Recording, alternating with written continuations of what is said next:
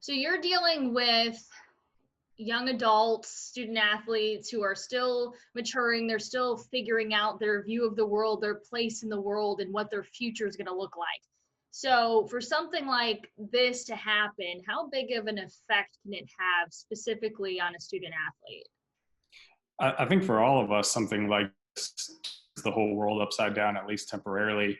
But then certainly for student athletes who have been training for a full year, some of them to get to this point, and to go out and to compete, some of them in potentially their final season, to have that sort of ripped away on the basis of a global pandemic is challenging both on a societal level, as many of our student athletes sort of appreciate the gravity of the situation, and then on a personal level, thinking about what this means for them in terms of next steps, considering, do they return to school, do they not return to school and pursue their career, do they feel like they have unfinished business, and so there's that I'm looking to the future, and then there's also what was lost, the training was put forth to get to this point, feeling ready to compete, or earn a spot or whatever it might be. To have that change at the drop of a hat is really tough. And our student athletes have been incredibly resilient in navigating that, but have certainly faced some of those challenges.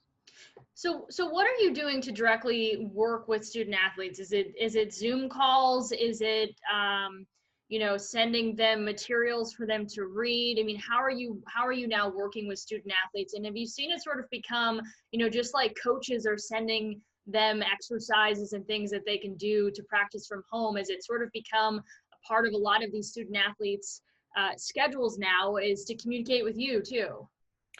Yeah, we have tried everything within the bounds of our ability to at least reach out and offer support to our student athletes. So we've sent email messages, we've put up information on our social media, we've reached out through coaches, we've reached out directly. And so we're reaching our student athletes a number of ways. In terms of individual meetings, we are meeting with student athletes via HIPAA compliant Zoom to provide and there are some kind of cross-state boundary issues to navigate dealing with. And, I'm lucky to work in a field that's sort of banded together to provide service across the country for student athletes if we've hit that hurdle. But then internally, again, providing those resources through social media or email. Our administration has been incredibly supportive of us jumping on leadership calls and providing information to all of administration to disseminate through sport program administrators and leadership of each individual program. And then coaches have invited us into their team meetings to share information about things we're all navigating, but maybe particularly challenging for this age group, managing online classes now that everything's switched virtual learning, things like managing sleep or maintaining. Coaches have done an incredible job of inviting us in and making it known that we're here and a resource for them. And the student athletes have been very receptive to that and have certainly reached out as they've needed. I would assume the answer is yes, but have you seen an increase in student athletes seeking some mental health services and other things that you guys do during these times? Yeah, I think initially what we saw was a little bit of a decline as student athletes kind of settled into wherever they were. And now we're starting to see that increase in student athletes who are experiencing the frustration of uncertainty around how long this is going to last, kind of still undecided, and rightfully so, about what they want to do for next year, some of them. And then just the kind of ever-changing target in terms of returning to practice or returning to gameplay is really challenging. So we're starting to see that increase now. I wanted to get your opinion. I was sort of thinking about it, and especially the high school athletes, I've heard this a lot from them, but they say, having something to still focus on, even though their training or practice is limited, but at least they have sort of an outlet and something to focus on. They can still train, and that gives them sort of a sense of purpose. If anything, if nothing else during these times, do you feel like maybe they're just athletes in general might have a little bit of an advantage over somebody who doesn't have that sort of outlet? I think there's definitely a benefit for everyone kind of maintaining some sort of routine and activity. And I think the focus point you're hitting on is a good one. Athletes are talked to and trained in a sense to focus on what they can control. And in a situation like this is really challenging, but there's something for all of us to learn from that, which is really as much as is going on externally and sort of above our heads, if you will. having the ability to focus on what really matters to you, to engage in the present moment, and to focus on what you can control each second of the day can really help us all navigate through this difficult time. And I think our student athletes who have the opportunity to practice that really every day in season, whether that's in weight training or in their practices, I think do have, in a sense, an advantage in deliberate practice in that area. How much do you think, and I know you work with you work in college athletics, but NFL draft is coming up soon, NBA draft. We're still moving on with the sports world as much as possible right now. In general, how much do you think that your guys' roles, across all levels will sort of come to light and become even more important for the next year and beyond as we're still navigating this? I think it's interesting that you ask. I've seen some stuff sort of circulating in our world about mental health professionals being the invisible first responders. And I think the question you ask is a great one, especially in athletics. I think people look to sport for a sense of normalcy and season and routine. And now we're getting a sense that things may not happen.